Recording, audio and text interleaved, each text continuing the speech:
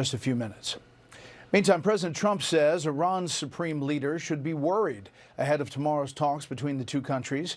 They're expected to focus on the Islamic Republic's nuclear ambitions and its brutal crackdown on dissent last month. Senior White House correspondent Peter Doocy has details tonight live from the North Lawn. Good evening, Peter. Good evening, Brett. President Trump still has an armada steaming towards the Middle East, and he's still trying to figure out what to do with it, if anything, in case this latest round of peace talks with Tehran falls apart. Should the supreme leader in Iran be worried right now? I would say he should be very worried, yeah.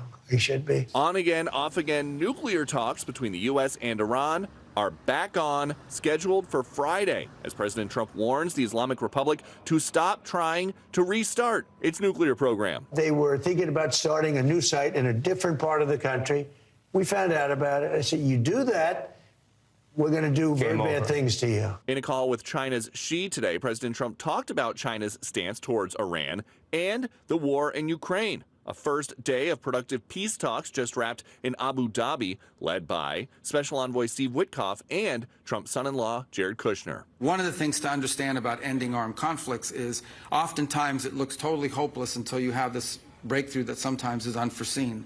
That was certainly the experience with Gaza. At home, the president is banking on his nominee for Federal Reserve Chairman Kevin Warsh to cut interest rates or else. If he came in and said, I want to raise them, if he said that, you wouldn't have gotten the job. He would not have gotten the job, no. The job of securing the border belongs to DHS Secretary Kristi Noem, who visited Arizona today. It is so quiet here now today that sometimes we even forget how bad it was just a little over a year ago. Just 34% of voters polled by Quinnipiac support the way ICE is enforcing immigration laws, and 58% in that poll want Secretary Noem replaced. Speaking of Minneapolis, what did you learn? I learned that maybe we can use a little bit of a softer touch, but you still have to be tough. President Trump's big event of the day was that call with the leader of China, as Vice President Vance's big event of the day was something all about countering China. He announced the United States and the European Commission and Japan are forming a new trading bloc for rare earth minerals. Right now, China controls about 70% of those. Brett. And Peter, we don't think these biolabs came up in the conversation, do we?